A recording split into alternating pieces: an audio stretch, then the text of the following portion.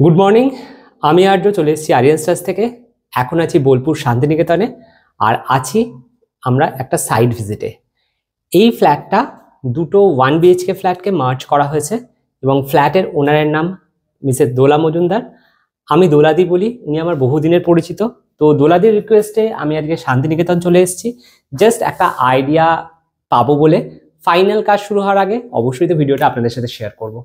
তো দোলাদি ফ্ল্যাটে দুটো এন্ট্রেন্স, যেহেতু দুটো ফ্ল্যাট এখানে মার্জ করা হয়েছে, আমার যেটা সাজেশন থাকবে, ঢুকেই আমার রাইট সাইডে থাকছে ওয়াশরুম এরিয়াটা আমি কিছু চেঞ্জেস করছি না। যেটা আমি অবজার্ভ করলাম, দরজা দুটোর কিন্তু প্রবলেম আছে, দরজা দুটো টোটালি বেড়ে গেছে এবং সেক্ষেত্রে দরজা দুটো চেঞ্জ করে নেওয়া সবচেয়ে ভালো এবং সুন্দরভাবে পেস্টিং করে এটাকে চেঞ্জ করতে হবে। এই সাইডে এই যে টুকুনি পোর্শন থাকছে, এখানে সুন্দর করে কিন্তু একটা শু ক্যাবিনেট হয়ে যাবে, জাস্ট 2-3টে পেয়ার শুজ রাখার জন্য। তার উপরেই থাকবে কি হোল্ডার্স, যে বাড়ির কি বা ইম্পর্টেন্ট কিজগুলো রাখার জন্য। এই যে সাইডে যে আমাদের পিলারটা গেছে, সেই পিলারটাকে হাইলাইট করলে অনেকখানি ইন্টারেস্টিং লাগবে, যেহেতু এটা হচ্ছে মেন এন্ট্রেন্স। বা এটাকে সুন্দর করে ওয়াল আর্টও করানো যেতে পারে।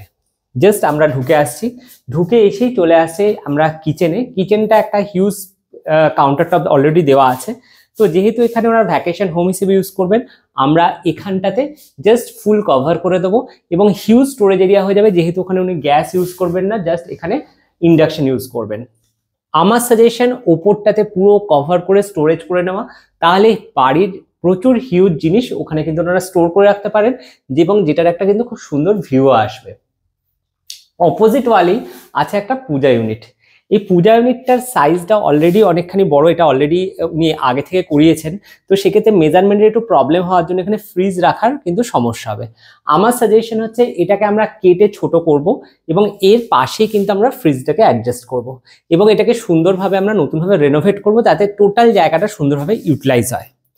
অপোজিটে একটা সুন্দর বড় উইন্ডো আছে এবং পাশে একটা ব্যালকনি আছে। তো যেহেতু স্পেস খুব কম, তার মধ্যে আমাদের ইউজ করতে হবে। আমরা যেটা করতে পারি, যদি এই উইন্ডোটাকে ভিউটাকে আমি রেখে করতে চাই, ঠিক পূজা ইউনিটের অপোজিট ওয়ালটাতে আমরা রাখবো হচ্ছে আমাদের সোফা ইউনিটটা, ঠিক আছে। এবং এটা থাকবে একটা সোফা কাম বেড, এবং যেটা চাইলে বেড হয়ে যাবে এবং চাইলে ওটা টোটালটাই সোফা হয়ে যাবে, জাস্ট 5-7-এর একটা খাট হয়ে যাবে। সামনে একটা ছোট সেন্টার টেবিল, এবং টেবিল যেটা থাকবে ওটা দরকারে একটা পুরো ডাইনিং টেবিল হয়ে যাবে, সেরকম অপশনও করা যেতে পারে। ছোট ছোট টুলসগুলো অ্যাড করে 4 জন মিলে বসে খাওয়া যেতে পারে। তাহলে এখানটা যখন এমনি ফ্রি সময় একটা সুন্দর সিটিং এরিয়া, চাইলে ডাইনিং এরিয়া বা চাইলে শোয়ার জায়গাতেও কনভার্ট করে যাওয়া যেতে পারে। ছোট্ট একটা ব্যালকনি আছে, ব্যালকনি ডেকরটা নিয়ে তো আমরা পরে ডিসকাস করতেই পারি। চলে আসছি বেডরুমে অলরেডি দোলা দিয়ে একটা স্লাইডিং লাগিয়ে রেখেছেন। তো এখানের যে ভিউটা নিয়ে আমি ভাবছি, আমি সেট করব ঠিক এই ওয়ালটাতে, যেখানে স্লাইডার আছে এখানে একটু মডিফাই করে আমি এইখানে সোফা কাম বেডটা দেবো।